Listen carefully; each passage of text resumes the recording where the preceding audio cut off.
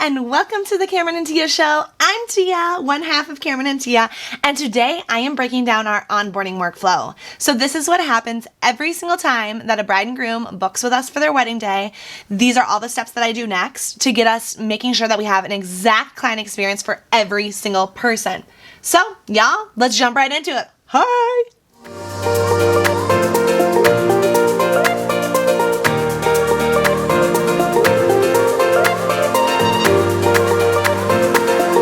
Hi, I'm Cameron. And I'm Tia. We're so excited that you're here. Let's jump right into the video. Okay, the first thing that we do is we countersign the contract. We have to make it official, so we need to sign it to make sure that it is good to go. We do that through HoneyBook, which is where we have all of our contracts and our payments. It's super easy. If you don't have a client relationship management tool, check out HoneyBook. I have a code down below where you can get a free trial, plus you can get whatever the best deal that HoneyBook has going on right now through that link. It's so good. So we countersign the contract. Step number 2 is we then send them email. We call it email number 2. So it's right after booking. Email number 1 was sending them the contract. Email number 2 has literally so much info. It really sets a tone for what's coming next. So first, we schedule their engagement session. We then also send them what we call a timeline starter questionnaire. So they fill it out and they just go like yes, no, down the questionnaire of some things that they think they might want on their wedding day.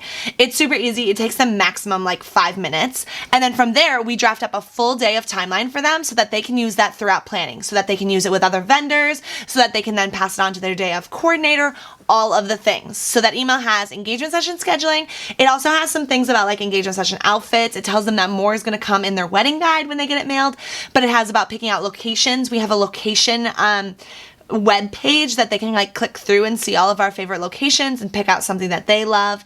And then it has scheduling their engagement session, and then it has that timeline starter that I mentioned, and then it has some things about albums if they want to add on an album to their package. We also have a web page for that so that they can view all the other options, and then it also has our preferred vendors. So we have another web page where it shows all of the different types of vendors, so like videographers, planners, all the things. They can click on them, they can view all of our preferred vendors. We have descriptions about working with them. We have some of their work, and often like when we've worked with them, so like a florist, it'll have all the photos of when we worked with them so that they can see our editing style on their florals.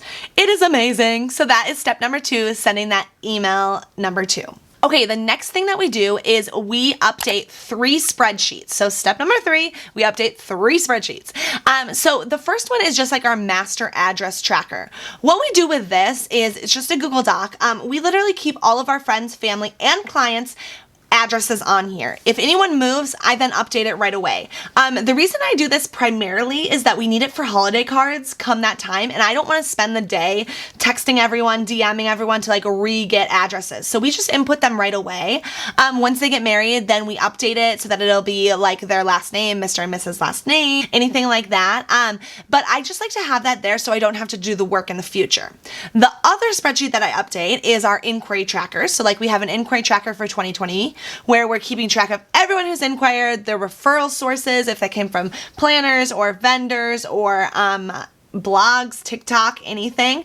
It also tracks like what dates so that we're able to look back and be like, oh my gosh, August 22nd this year, we had 13 inquiries for that date. It keeps track of when they inquired so that we can also keep track of like, wow, last year looking back, August had tons of inquiries coming in for it.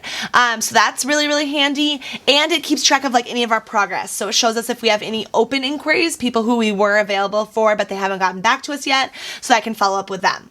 The last thing is that I also do keep spreadsheets of just our years at a glance. So HoneyBook, our CRM, obviously keeps track of all of our projects, literally anything that's open. So all of our couples, but I like to just see it a year at a glance. So I keep like a 2021 wedding. So when they book, we then put them in there, which then also has some of the data from the inquiry spreadsheet. So like when they inquired, and their venue and where that referral was from. It also just allows me to see my finances at a glance to know, wow, okay, this is what we're making on weddings in 2021 right now. We need to book 2 more. Or wow, we're 3 away from our goal. Let's make sure that we can meet that. So that's really, really handy. ready. That's step number 3.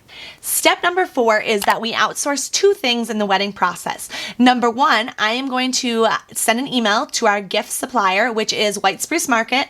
I'll link her down below. It's Bailey. She's absolutely amazing. She does all of our gifting for our wedding clients. So I'm going to send a message to her, give her their address, and then she writes a handwritten note for them, and then those will get sent out from Bailey. They're amazing. They're customized to our brand, which is just unreal. So awesome. So I do that. The second piece that we outsource is our wedding editing. So I then go to Amanda, and she has a calendar system, and I then pick the date that we're going to send our weddings to her.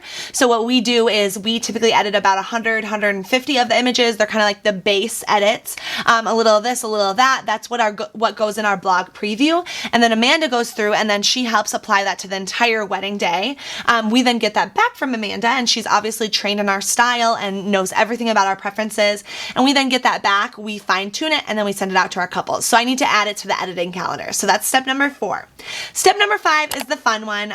We follow all of our couples on Instagram. We friend them all on Facebook, which then allows me to add our brides to our private bride Facebook group.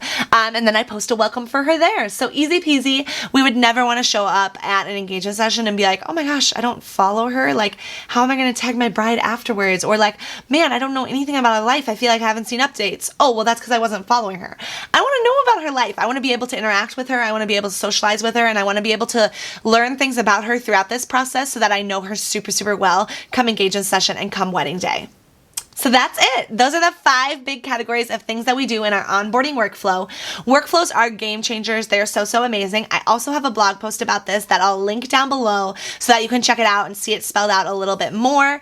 If you don't have any workflows spelled out for yourself, you need to sit down, take the time, make coded systems of this is what I do when this happens, or this is what I have to do when I publish a blog, or this is what I do every single Monday. Those are just 2 examples of workflows that we have, which then will help you keep track of things so much more, and makes me make sure that I check off every single step.